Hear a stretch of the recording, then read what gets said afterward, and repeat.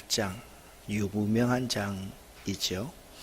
28장 1절부터 14절까지 말씀 중에서 28장 1절 말씀, 여러분과 제가 한 목소리로 합독하겠습니다. 내가 내 하나님 여호와의 말씀을 삼가 듣고 내가 오늘 내게 명령하는 그의 모든 명령을 지켜 행하면 내 하나님 여호와께서 너를 세계 모든 민족 위에 뛰어나게 하실 것이라. 아멘. 저는 기독교 교육학을 전공한 목사입니다. 요즘에 우리 교육 전도사님들에게 이 부분에 대해서 교육을 시킬 기회가 없었는데, 각 부서에서 축도를 하지 않을 때 제일 마지막 축도 대신에 신명기 28장 1절을 아이들과 선생님들이 암송하게 합니다. 여기 부장 선생님들도 계시고 전사님도 계시는데, 마지막 성경 구절 신명기 28장 1절을 아이들에게 암송을 시켜 보십시오. 네가 네 하나님 여호와의 말씀을 삼가 듣고 내가 오늘 내게 명령하는 그 모든 명령을 지켜 행하면 내 하나님 여호와께서 너를 세계 모든 민족 위에 뛰어나게 하실 것이라. 아멘. 우리 아이들이 세계 모든 민족 위에 뛰어난 아이들이 될 수 있는 비결을 신명기 28장은 우리에게 말씀하고 있습니다. 오늘 여러분과 제가 신명기 28장을 강해합니다. 은혜 받으시기를 바랍니다. 신명기의 내용은 모세의 세 설교로 구성되어져 있습니다. 첫 번째 설교는 1장부터 4장까지 기록되어 있고, 두 번째 설교는 4장부터 26장까지 두 번째 설교입니다. 지난주일날 했던 27장과 28장이 모세의 세 번째 설교입니다. 그래서 오늘은 축복의 약속에 대해서, 지난 시간에는 축복의 산인 에발산과 그리심산과 저주의 산인 에발산에 우리가 서는 것에 대해서 말씀을 드렸는데, 이 신명기 28장의 내용은 68절까지 되어 있는데 1절부터 14절까지의 내용은 축복의 비결에 대해서 말씀하고 있고요. 하나님 말씀에 순종하면 복을 받습니다. 15절부터 68절까지는 하나님 말씀에 불순종하면 저주를 받습니다 라는 내용이 나와 있습니다. 신앙생활은 사실 어려운 거 아니지요. 신앙생활에 많은 미사여구가 붙는 것, 그것도 사실 신앙생활은 아닙니다. 신앙생활은 단순하게 하는 것이죠. 그냥 순종하면 복 받는다. 불순종하면 안 된다. 그거 알면 사실 이 성경 지식 많이 몰라도 돼요. 어떤 사람은 그거 너무 많이 알아가지고 문제가 생길 때가 참 많습니다. 오늘 성경 말씀에 보면 하나님 말씀에 순종하면 축복받는다. 그러면 어떤 축복을 받느냐? 1절 말씀을 다시 한번 읽어보겠습니다. 내가 내 하나님 여호와의 말씀을 삼가 듣고 내가 오늘 내게 명령하는 그의 모든 명령을 지켜 행하면 내 하나님 여호와께서 너를 세계 모든 민족 위에 뛰어나게 하실 것이라. 아멘. 성경 구절을요, 한 300구절 이상만 여러분이 암송을 잘하면요, 여러분이 기도하면 말씀 가운데 기도의 응답이 거의 99% 옵니다. 근데 우리는 생각보다 성경 구절을 많이 암송하려고 생각하지 않습니다. 항상 구약 성경에 보면 하나님의 말씀을 신비에 새겨라. 십계명 돌비를 줄 때도 하나님이 친히 친수로 거기다가 다 기록해 주셨습니다. 이게 돌비라는 것은 우리의 마음판을 의미하는 거거든요. 그래서 하나님 말씀을 가슴에 새기고 있으면 그 말씀이 우리에게 또 말씀을 하시게 됩니다. 그러면 첫 번째 축복이 뭐냐? 내 하나님 여호와께서 너를 세계 모든 민족 위에 뛰어나게 하실 것이다 라는 축복입니다. 두 번째 하나님께서 어떤 축복을 주시는가? 2절 말씀을요, 세 번역으로 읽으면 이 말씀의 의미가 잘 다가옵니다. 같이 한번 2절을 읽겠습니다. 당신들이 주 당신들의 하나님의 말씀에 순종하면 이 모든 복이 당신들에게 찾아와서 당신들을 따를 것입니다. 아멘. 우리는요, 이제 생각할 때 우리가 축복을 쫓아가고 복을 쫓아가면 복은 자꾸 도망갑니다. 복은요, 돈과 마찬가지입니다.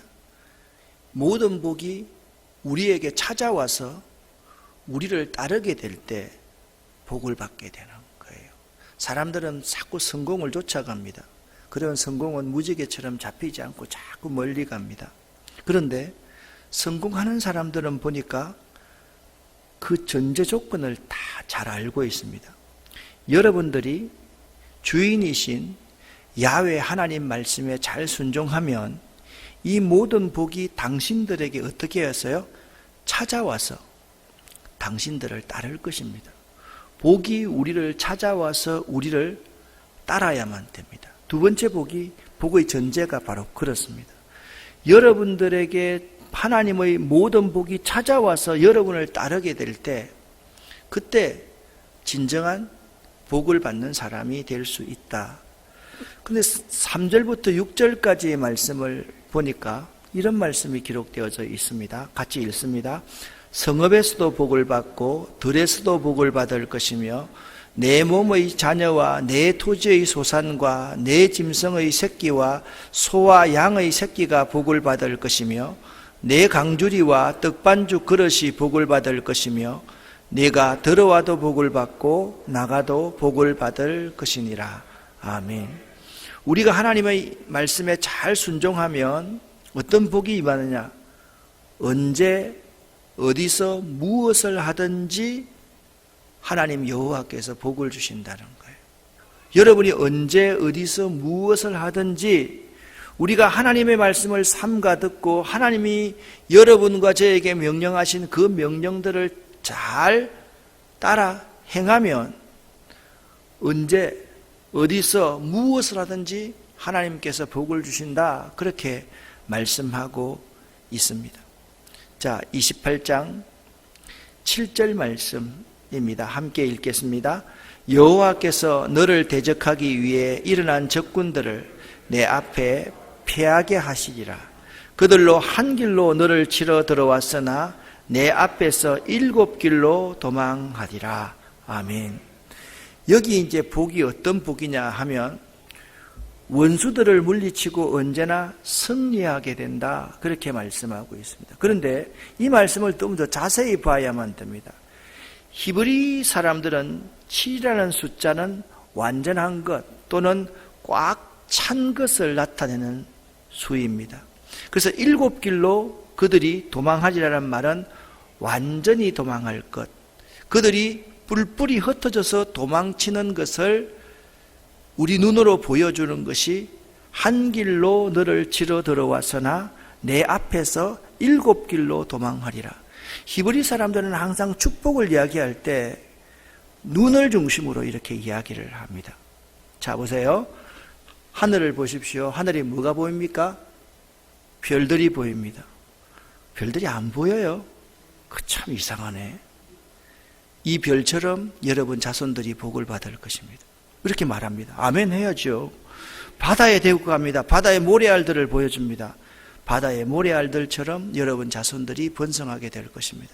히브리 사람들의 모든 복은 눈 중심입니다. 여기 그들이 한 길로 너를 치러 왔으나 네 앞에서 7길로 도망하리라 라는 것은 여러분 머릿속에 그려지지 않습니까? 그들이 뿔뿔이 흩어져서 혼비백산하여서 도망갈 것이다. 그래서 우리가 하나님 여호와의 말씀을 삼가 듣고 그 말씀을 잘 지켜 행하면 우리를 대적하기 위해 일어난 적군들을 하나님께서 우리 앞에 패하게 하신다. 그 사실을 하나님은 우리에게 말씀하고 있는 거예요. 그래서 우리가 이 세상에서 승리하는 비결은 다른 것 아닙니다. 하나님께 순종하는 것입니다. 28장 8절, 11절, 12절 말씀을 같이 한번 읽겠습니다.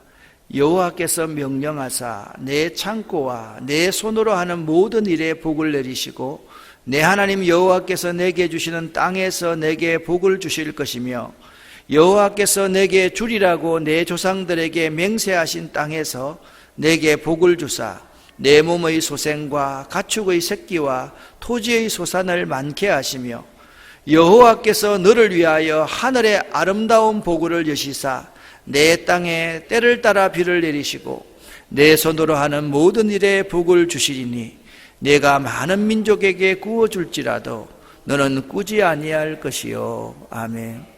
옛날에 여러분 어릴 때 여러분 목사님들이 항상 신명기 28장 12절 말씀으로 기도 많이 하는 거 들었습니까? 안 들었어요? 여러분은 뭐 하늘의 별도 안 보이고 그것도 못 듣고 오늘 좀 이상합니다. 명절 앞두고 해서 그렇습니까?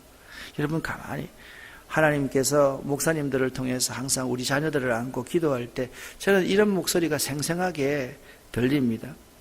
하나님께서 너를 위하여 하늘의 아름다운 보물 창구를 여시사 내 땅에 때를 따라 비를 내리시고 내 손으로 하는 모든 일에 복을 주시리니 네가 많은 민족에게 구워질지라도 너는 꾸지 아니할 것이요. 아멘. 위로 하늘의 복과 이 땅의 원천의 복. 그러니까 우리가 하나님 여호와를 잘 섬기면 있잖아요.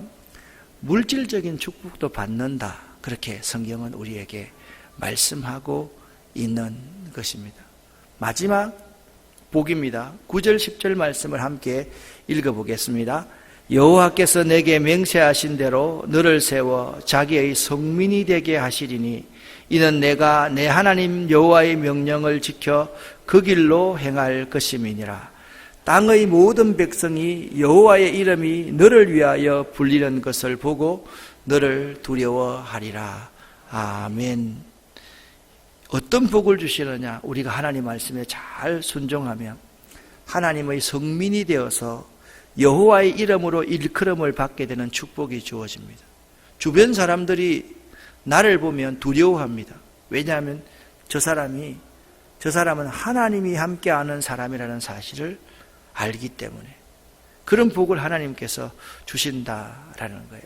그러면 오늘 1절 말씀을 여러분과 제가 함께 읽었는데 하나님의 축복의 문을 여는 열쇠가 뭐라고 그랬습니까? 순종이라고 그랬습니다. 자, 열쇠가 있으면 열쇠가 순종입니다.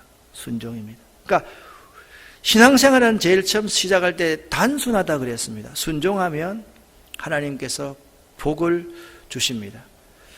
글을 읽다가 참 좋은 글을 한번 읽어서 여러분과 함께 나누기를 원합니다. 같이 한번 읽어보겠습니다. 순종이란 하나님의 뜻을 내가 억지로 하는 것이 아닙니다. 그러기에 불편하고 손해보는 작업이 아닙니다. 하나님께서 우리에게 순종을 요청하실 때는 내가 나를 넘어가기를 원하시는 겁니다. 그러기에 그것을 하라고 하시는 것입니다. 이제 중요한 것은 내가 나에게 기회를 주느냐는 겁니다. 그러기에 순종은 내가 나에게 기회를 주는 겁니다. 아멘. 참 나는 공감이 되더라고요. 여러분 생각해 보세요. 자, 예를 들어 볼게요. 하나님이 아브라함에게 네 독자 아들 이삭을 바쳐라 그랬습니다. 내가 나를 넘어가야지 독자 이삭을 바칠 수 있죠. 어떻게 100세에 난 아들을 바칩니까? 절대 못 바치죠. 나 눈을 좀 쳐다보세요. 절대 못 바치죠. 그렇죠? 그런데 어떻게 내가 나를 넘어서야 됩니다. 내가 내 의지와 내 상황과 여건을 넘어서는 게 믿음이에요. 그래서 나에게 기회를 주는 겁니다. 야, 하나님 한번 신뢰해봐. 드리라고 하는 그 하나님 한번 신뢰해봐. 그게 믿음이고 그렇게 해서 드릴 수 있는 것이 순종입니다. 그러니까 순종은 나 자신이 나에게 기회를 한번 주는 겁니다. 상식이 아닙니다. 이건. 믿음이 없으면 순종할 수가 없는 것이다. 그래서 그렇기 때문에 사람들은 이렇게 말합니다. 순종하면 억지로라도 순종해야 된다. 아닙니다, 여러분. 순종하면 불편하고 손해본다. 아닙니다, 여러분. 하나님이 우리에게 순종을 요청하실 때는 순종 이후에 뭘 준비해 두십니까? 반드시 여호와 이레를 준비해 주십니다. 하나님이 대신해서 드릴 제물을 준비해 주신다니까요. 준비해 놓고 나서 드리라 라고 하나님께서 우리에게 말씀하는 거예요. 내가 나를 딛고 넘어갈 때 나에게 기회를 다시 한번 내 스스로가 줄 때, 야, 네 경험 어지하지 말고 저분 말씀 한번 믿어봐. 네 경험 틀리지 않느냐. 그래서 내 자신에게 기회를, 찬스를 줄 때 그것이 순종이다. 그렇게 성경은 우리에게 말씀하고 있습니다. 그러면 순종이라는 말의 의미가 무엇입니까? 제가 오늘 복잡하게 여러분에게 말씀하려고 생각하지 않습니다. 히브리어는 어떻고 헬라어는 어떻고 이 순종이라는 말은 말에 귀를 기울인다라는 의미입니다. 여러분이 저한테 순종한다 그러면 제가 하는 말에 귀를 기울여야만 합니다. 순종 안 하는 사람은 어떤 사람인지 알아요? 제가 하는 말에 귀를 기울이지 않고 자기가 한 말만 생각나는 사람은 불순종하는 사람. 다시 한번 잘 들으십시오. 우리가 하나님의 순종한다는 것은 하나님께서 하신 말을 잘 기억하는 그게 순종입니다. 근데 많은 사람들은 하나님께서 하신 말은 잊어버리고 자기가 생각하는 것만 기억하는 거예요. 그건 불순종이라는 거예요. 그래서 순종은요, 말에 귀를 기울이는 것, 그것이 순종입니다. 그래서 있잖아요, 순종하는 사람은 항상 눈망울이 상대에게 가 있습니다. 눈이 그냥 흐물이 감겨가지고 알아야 순종하죠. 그 말을 기울이고 들어야지 순종할 거 아니에요. 무엇에 순종하는지, 하나님이 무엇을 요구하는지 모르면 순종할 수가 없습니다. 그래서 순종의 기원은 뭐냐 하면 하나님께서 세상을 만드실 때부터 순종은 시작되었다라는 점을 알아야만 합니다. 이것은 영적인 세계도 마찬가지입니다. 그러니까 우리가 세상에서 하나님으로 나와서 예수 그리스도를 믿는 그 순간부터 우리에게 요구되는 것이 뭐냐? 순종이다. 나를 자꾸 내려놓고 그분이 내 인생의 주인이 되게 하는 것, 그게 순종이다라는 거예요. 그럼 순종해야 될 이유가 두 가지가 있는데, 하나님이 나의 주인 되심과 하나님의 계시 때문입니다. 계시라는 것이 뭐냐? 이런 겁니다. 감추어진 것이 살짝씩 드러나는 것, 이게 계시라고 그렇게 말을 합니다. 그러니까 하나님의 주인 되심과 하나님의 계시 때문에, 그래서 하나님은요 항상 하나님이 내가 너의 주인이다, 밑에 2번은 아닙니다. 그리고 하나님께서 보여주시는 거예요. 그래서 내가 주인에게 무엇을 순종할 것인가를 이 계시를 통해서 나타내 보이심으로 그걸 믿으면 그냥 순종할 수가 있다라는 거예요. 순종은 이유가 없어요. 하나님이 주인 되시고 하나님이 우리에게 보여주시는 것이 있는데 그게 보이면 그게 따라하는 그것이 순종해야 될 이유다, 그렇게 말씀하고 있는 거예요. 순종의 범위는 뭐냐? 종교적인 면에서 순종해야 될 것이 있고 도덕적인 면에서 순종해야 될 것이 있습니다. 하나님께서 우리에게 신앙적인 면에서 요구하는 것이 있고 도덕적인 면에서 요구하는 면이 있습니다. 그리고 순종의 한계는 어디까지 해야 되느냐? 죽기까지 순종해야지 요만큼 순종하고 요만큼은 안 하는 것은 순종이 아니다라는 거예요. 그래서 순종의 모범이 되시는 예수님께서는 죽기까지 순종을 하셨습니다. 그 순종의 종류는 세 가지가 있습니다. 첫 번째는 하나님의 직접적인 명령입니다. 하나님이 직접 너 뭘 하라 그렇게 말씀하실 때 아멘 할 수 있는. 두 번째는 뭐냐면 하나님이 대리인을 세웠습니다.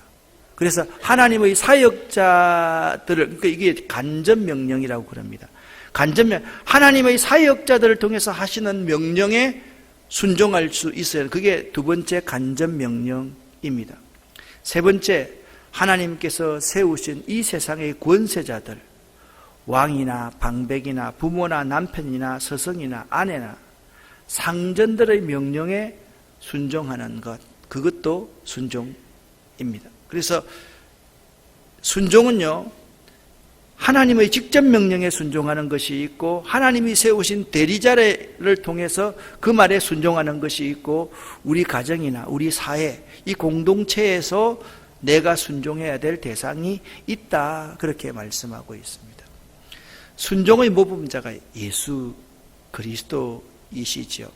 예수님은 아담이 죄로 말미암아서 온 인류가 정죄와 사망을 당하게 되었습니다. 그러나 예수님께서 십자가 위에서 순종하심으로 말미암아 온 인류에게 의와 생명을 주셨습니다. 할렐루야. 예수님께서는 아들이시라도 받으신 고난으로 순종함을 배워서 온전하게 되셨은즉 자기를 순종하는 모든 자에게 영원한 구원의 근원이 되셨습니다. 히브리서 5장 말씀에 보면 이 말씀이 있습니다. 예수님은 하나님의 아들이시면서도 순종함을 배웠다. 그러니까 순종은요, 배우는 거예요. 그러니까 순종을 잘하는 교회의 교인들은 보면요, 선배들이 순종을 잘하면 후배들이 순종을 잘합니다. 제가 교회를 이렇게 섬기면서 정말 감사한 것은 우리 교회는 사실 그런 분들이 없어서 너무 감사합니다. 사람들이 있잖아요. 안수 집사 때까지는 참 겸손해요. 그런데 안수 집사에서 딱 장로로 피택되고 나면 그때부터 어깨가 빳빳해지고 목이 곧아지고 말도 바뀌고 사람이 달라집니다. 그런 거 여러분 많이 못 보셨어요? 저는 엄청 많이 봤어요. 진짜 엄청 많이 봤어요. 그래서 위에서 지금 여기 계시는 장로님, 권사님들이 매우 중요합니다. 여러분들이 순종의 모범을 계속 보이면 여러분의 후배들이 순종함을 배우게 되는 거예요. 여러분, 사랑도 마찬가지예요. 사랑도 배우는 거예요. 잘 배우면 사랑을. 내가 항상 말씀드리잖아요. 여기 이청에 부화기 있는데 부화기에서 태어난 병아리는요, 크면 알을 품지 않습니다. 그런데요, 애미가 알을 품어서 낳은 병아리는 크면 반드시 알을 품습니다. 사랑도 배우는 거고요, 순종도 배우는 겁니다. 그래서 예수님은 아들이시지만, 이게 뭡니까? 하나님이시지만 받으신 고난으로 순종함을 배워서 온전케 되었다. 그래서 빌립보서 2장 5절부터 8절까지 예수님께서는 죽기까지 순종하셨다, 그렇게 말씀하고 있다라는 거예요. 그러면 여러분, 구약의 순종과 신약의 순종의 내용이 좀 달라요.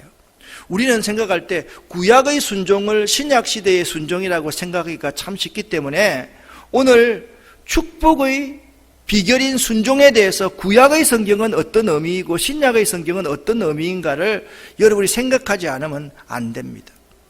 구약의 순종은요, 하나님의 축복을 받기 위한 조건으로서의 순종입니다. 무슨 말씀입니까? 순종하면 뭘 받고? 복을 받았고, 불순종하면 저주를 받는다. 이게 구약의 순종의 의미입니다. 자, 신명기 30장 19절 20절 말씀을 현대인의 성경으로 같이 한번 읽어보겠습니다. 내가 오늘 하늘과 땅을 정인으로 세우고 여러분에게 생명과 죽음, 축복과 저주를 제시하였습니다. 그러므로 여러분과 여러분의 자손이 살려고 하면 사는 길을 택하십시오. 여러분은 여러분의 생명이 되시는 여러분의 하나님 여호와를 사랑하고 그 말씀에 순종하며 언제나 그분을 떠나지 마십시오. 그러면 여호와께서 여러분의 조상 아브라함과 이삭과 야곱에게 주시기로 약속하신 땅에서 여러분이 오랫동안 살게 될 것입니다. 아멘. 우리 앞에 뭐가 놓여져 있느냐? 예? 하늘과 땅의 정인이 딱 있는 거예요. 여기다 뭐가 있느냐? 생명과 죽음이 있고 축복과 저주가 딱 놓여 있는 거예요. 생명과 축복을 선택하는 사람은 사는 길입니다. 죽음과 저주를 선택하는 사람은 죽는 길입니다. 멸망하는 길입니다. 그래서 성경은 우리에게 분명히 말씀하고 있는 거예요. 구약 성경은. 여러분 복 받고 싶습니까? 뭐 하십시오? 순종하십시오. 그 말씀을 구약 성경은 계속해서 말씀하고 있다. 근데 신약은 이러한 복을 이야기하고 있지 않습니다. 신약에서는 믿음의 열매가 곧 순종입니다. 신약에서는 뭐라고요? 믿음의 열매. 이건 오늘 잊어버려서는 안 됩니다. 구약에는 축복의 조건으로서의 순종을 말하고 있고 신약에서는 믿음의 열매가 곧 순종인 것입니다. 여러분과 제가 예수를 의지하고서 구원을 얻고 나면 우리에게 그 다음부터 계속 요구되는 것이 뭐냐? 순종이 요구됩니다. 그래서 믿음하고 순종은요, 떨어질래야 떨어질 수가 없습니다. 믿는 사람, 잘 믿는 사람은 반드시 순종하게 되어 있습니다. 잘 안 믿으니까 불순종하는 거죠. 그러니까 여러분 생각하세요. 믿음과 순종은 떨어질래야 떨어질 수가 있다 없다? 없다라는 거예요. 잘 믿으면 순종할 수밖에 없는 거예요. 그래서 성경에 가만히 한번 보십시오. 자, 2명의 정탐꾼이 들어갔습니다. 기생 라합이 있었습니다. 기생 라합이 하나님께서 이스라엘 백성들을 통해서 강 저편에서 행하셨던 일을 들었습니다. 라합에게 뭐가 생겼습니까? 믿음은 들으면서 나거든요. 믿음이 생겼습니다. 믿으니까 두 정탐꾼을 어떻게 해줍니까? 살려줍니다. 숨겨줍니다. 순종합니다. 그래서 라합이 뭘 받았습니까? 주 예수를 믿으라. 그리하면 너와 내 집이 구원을 얻으리라. 자기의 창문에 붉은 줄을 매달아 놓고 기생 라합과 그의 온 가족이 구원을 받게 된 것입니다. 할렐루야. 라합이 어떤 사람이 되었습니까? 예수님의 조상이 되었습니다. 그러니까 여러분, 믿음과 순종은 떨어질래야 떨어질 수가 없다라는 거예요. 여러분들이 구약 성경과 신약 성경에 딱 보면 구약도 여러분 복 받기 위해서 순종하십시오. 이 말은 신약과 딱 합하면 여러분이 믿음에 굳게 서야 됩니다. 하나님의 말씀을 잘 믿어야 됩니다. 하나님의 약속을 잘 믿어야 됩니다. 하나님께서 무슨 말씀을 하시는지 그분의 말씀에 귀를 잘 기울여야 됩니다. 그게 순종입니다. 그렇게 말씀하고 있다라는 거예요. 그래서 참 순종은요, 형식이 아닙니다. 마음으로부터 우러나와야 되는 겁니다. 참 순종은 그 모양이 아닙니다. 직분이 뭐냐? 이게 참 순종이 아닙니다, 여러분. 내가 진정으로 예수의 제자이냐? 내 속에 예수의 마음이 있느냐? 그것이 참 순종하는 것이다. 그렇게 성경은 우리에게 말씀하고 있는 거죠. 제가 여러분에게 여러분이 잘 아는 이야를 들어드리겠습니다. 눈으로서 읽으시기를 바랍니다. 성자 프란시스에게 어떤 날 제자가 되기 자원하는 제자 후보생 2명이 찾아왔습니다. 선생님의 제자가 되어 신앙의 훈련을 받고 싶습니다. 그러자 성자 프란시스는 저 밭에 나가면 배추들이 많이 있는데 그 배추를 가져다가 뿌리를 하늘 쪽으로 하고 그 배추를 심으십시오. 한 사람은 말없이 그 배추를 들고 들로 나갑니다. 또 다른 한 사람은 이 성자가 여기서 오랫동안 돌을 닦더니만 정말 돌았구면 하고 비웃었습니다. 아시시의 성자 프란시스가 요구하는 것이, 보기를 원하는 것이 무엇이었다고 생각하십니까? 이 사람에게 순종이라고 하는 자질이 있는가? 어떤 명령을 주어도 그 명령을 받아 순종할 수 있는 순종의 자질이 이 사람의 마음과 삶 속에 있는가? 그것을 프랜시스는 보기를 원했던 것입니다. 아마 여러분은 이 예화를 지금까지 서너 번은 들었을 것입니다. 만약 하나님께서 지금 이 시간에 여러분과 저에게 이런 테스트를 하신다면 여러분 첫 번째 사람이 되시겠습니까? 아니면 두 번째 사람이 되시겠습니까? 지금 프랜시스가 묻고 있는 것이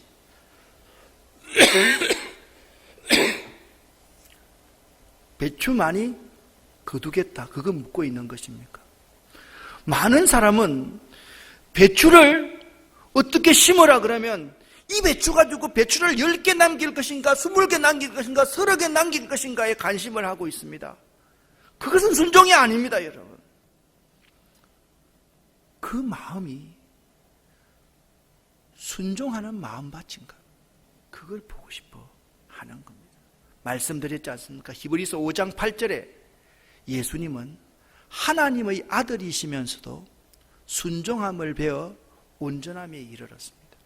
오늘날 많은 1세대의 부자들이 지금 이제 거의 다 죽었습니다. 그런데 1세대의 부자들 가운데서 성공하는 사람, 2세, 3세가 성공하는 사람의 특징이 있습니다. 자녀들에게 아버지의 말에 순종하는 것을 잘 가르쳤던 1세대는 2세, 3세까지 그 경영을 잘 이어갑니다. 그런데 세상에 민주적이다, 자율적이다, 그런 거 가르친다고 해서 미국만 보내놓고 정말 진정한 순종이라는 말, 그 정신을 바로 이어갈 수 있는 그 정신을 바로 가르치지 않았던 사람은 2세, 3세가 되면 다 실패자가 됩니다. 돈 많이 벌면 뭐합니까?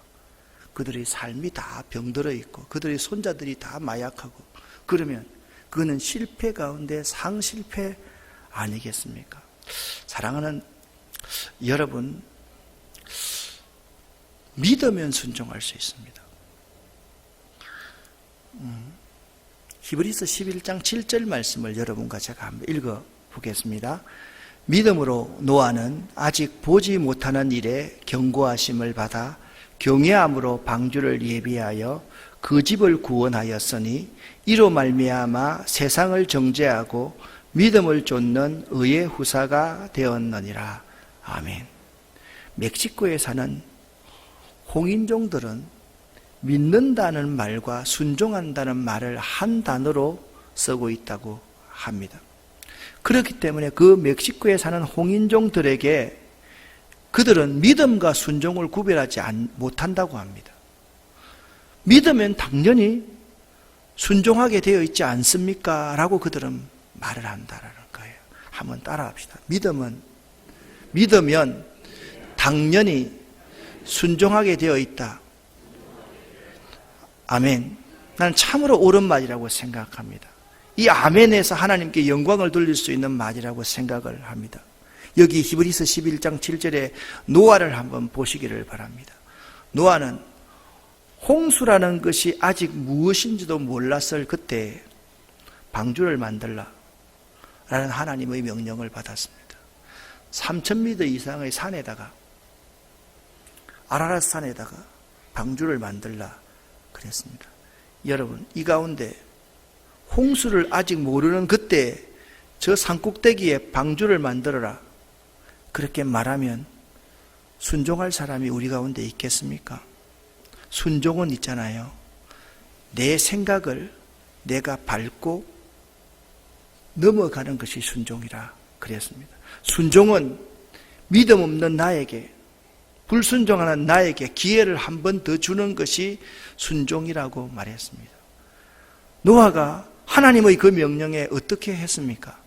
토를 달았습니까? 이유를 물어봤습니까? 저는 창세기를 읽으면서 노아의 기사를 볼 때마다 정말 깜짝 놀라게 됩니다. 한마디 대꾸를 하지 않습니다. 하나님이 시키는 것을 두 말 없이 순종합니다. 왜? 노아가 하나님을 믿으니 하나님이 그것을 그의 의로 여기시고. 할렐루야. 그러니까 그렇습니다. 노아는 하나님을 믿었기 때문에 순종할 수 있었습니다. 사랑하는 여러분, 여러분은 어떻습니까? 순종하면 복 받는다라고 말씀을 드렸습니다. 혹시나 여러분들에게 하나님께서 지금 이런 명령을 하신다면 여러분은 어떻게 하겠습니까? 내게 전혀 전망도 보이지 않는 일을 하라고 하실 때가 있습니다. 그럴 때 여러분 순종하시겠습니까? 순종하시기를 예수 이름으로 간절히 축원합니다. 하나님께서는 순종하는 자에게 성령의 능력을 주시고 순종은 축복의 길입니다. 오늘 여기까지 설교를 준비를 했습니다. 그리고서 계속 이 찬송이 생각났습니다. 순종은 축복의 길이다. 순종하면 복을 받는다. 믿으면 반드시 순종한다. 이 찬송입니다. 하나님 한 번도 나를 실망시킨 적 없으시고 언제나 공평과 은혜로 나를 지키셨네. 지나온 모든 세월들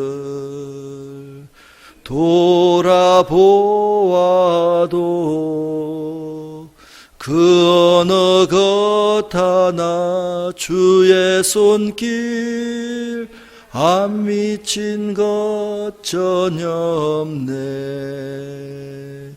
오 신실하신 주, 오 신실하신 주, 내 너를 떠나지도 않으리라. 내 너를 버리지도 않으리라. 약속하셨던 주님, 그 약속을 지키사 이후로도 영원토록 나를 지키시리라 확신하네. 아멘. 저에게 강하게 다가온 이 한마디는 다른 게 아니었습니다. 믿으면 순종할 수 있다. 믿으면 순종할 수 있다. 우리는 자꾸 축복을 먼저 생각하는데 믿으면 순종할 수 있고 순종하면 축복은 우리에게 따라오는 것이다 라는 사실을 여러분이 꼭 잊지 마시기를 예수 이름으로 간절히 축원합니다. 따라합시다. 믿으면 순종할 수 있습니다. 순종하면 축복받습니다. 아멘. 순종이 뭐라 그랬습니까? 순종은요, 그분의 말을 잘 경청하고 새겨 듣는 것, 그것이 순종이라 그랬습니다. 내 생각 말하는 게 아닙니다. 기도하겠습니다.